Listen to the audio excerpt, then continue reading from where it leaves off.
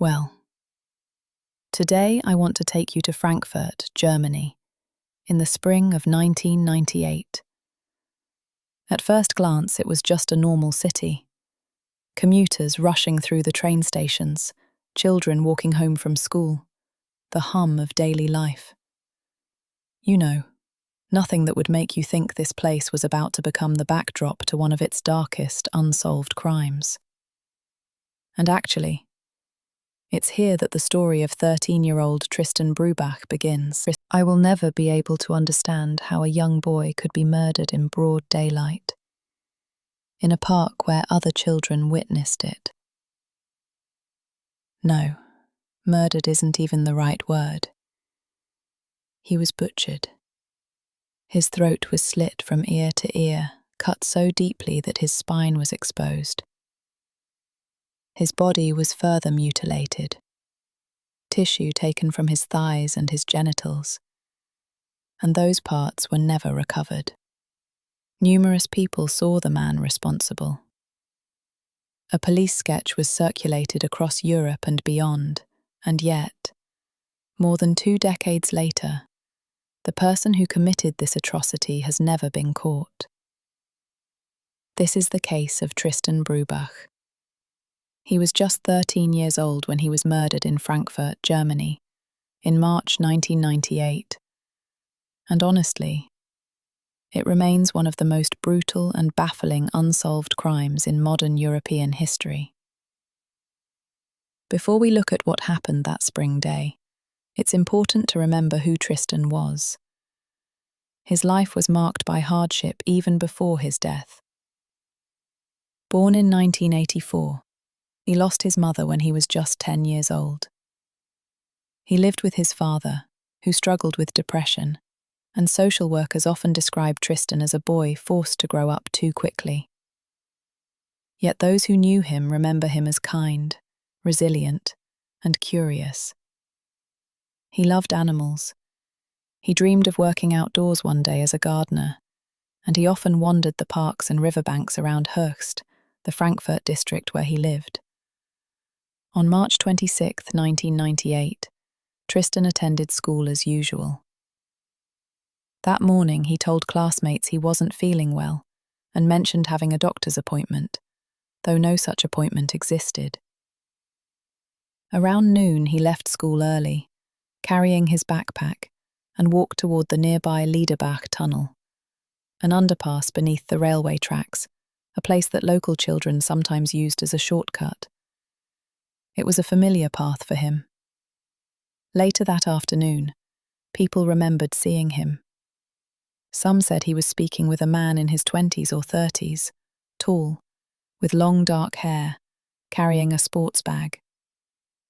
Others recalled a figure matching that description sitting calmly on a park bench after the crime, as though nothing had happened. Then came the discovery. At around 3:30 p.m., 3 schoolchildren entered the tunnel and found Tristan's body. What they saw was so disturbing that it traumatized them for years. Police later described the scene in stark, clinical terms. Tristan's throat had been cut so deeply that his spine was exposed. Flesh had been removed from his thighs and buttocks. His genitals were taken. These parts of his body have never been recovered. Investigators believe the killer carried them away in a bag. This was not the kind of violence associated with random attacks. The investigation began immediately. Witnesses provided descriptions, and within days a composite sketch of the suspect was released. The man was described as about 6 feet tall, long-haired, unshaven, carrying a sports bag. The sketch was circulated widely, even internationally. Thousands of tips were logged, yet none led to an arrest. The autopsy confirmed what police already suspected. The cuts were controlled, deliberate. This was not a frenzied act, but one carried out with chilling precision. Forensic experts noted that the mutilations looked almost surgical, and still, the killer left behind no identifiable fingerprints, No usable DNA, nothing conclusive that tied anyone to the scene. In the years that followed, investigators were haunted not just by what they found, but by everything that remained unanswered. The most significant piece of physical evidence was a fragment of a fingerprint left in Tristan's blood, pressed onto the cover of his German textbook. It was digitally processed and compared against databases in more than 70 countries. No match was ever found. In 2002, Frankfurt police organized one of the largest mass fingerprint screenings in German history. More than 14,000 men voluntarily submitted samples. Even the 54 who refused, labelled conscientious objectors, were tracked down through other means. Investigators also checked more than 800 men who had moved away from the area after 1998. Once again, not a single match. There was also a trace of DNA, but it was too limited. There simply weren't enough genetic markers to build a usable profile. From the very first days, the investigation was enormous. Between 100 and 150 detectives worked the case. They drained the stream near the tunnel, used tracking dogs, metal detectors and probes. None of it produced meaningful results. The search didn't stop there. Police expanded their inquiries across borders. They questioned psychiatric patients, former inmates, even war criminals from the Balkans, and members of the French Foreign Legion. They compared Tristan's murder with other disturbing crimes, including the cannibal of Rothenburg, the case of Johanna Bonehacker, and Tobias Dreher. They worked alongside Europol and FBI experts in Virginia. Yet nowhere in the world had anyone seen an injury pattern like this before. By 2006, investigators reviewed the files again. Witness accounts aligned around the image of a man with a ponytail and a scarred upper lip, the kind of scar left by cleft palate surgery. A new composite sketch was released on national television programs like Aktenzeichen XY Ungelöst and Spiegel TV. Many viewers called in, insisting they had seen the man. Still, no arrest was ever made. Even medical avenues were closed off. Investigators hoped to compare surgical records, but strict data protection laws made access impossible. Over time, the file grew thicker. More than 23,000 tips have been logged, filling some 400 case files. And still, police emphasize, the case remains open. In Germany, murder has no statute of limitations, which means, if new evidence appears, the search for Tristan's killer will begin again. With no answers, theories multiplied. Some investigators believed the crime was sexually motivated. Others speculated about organ trafficking, though experts said the injuries did not support that theory. A few suggested occult rituals, but there was no real evidence for that either. What remained was only the brutality itself. Undeniable. Unexplained. And then came a disturbing revelation.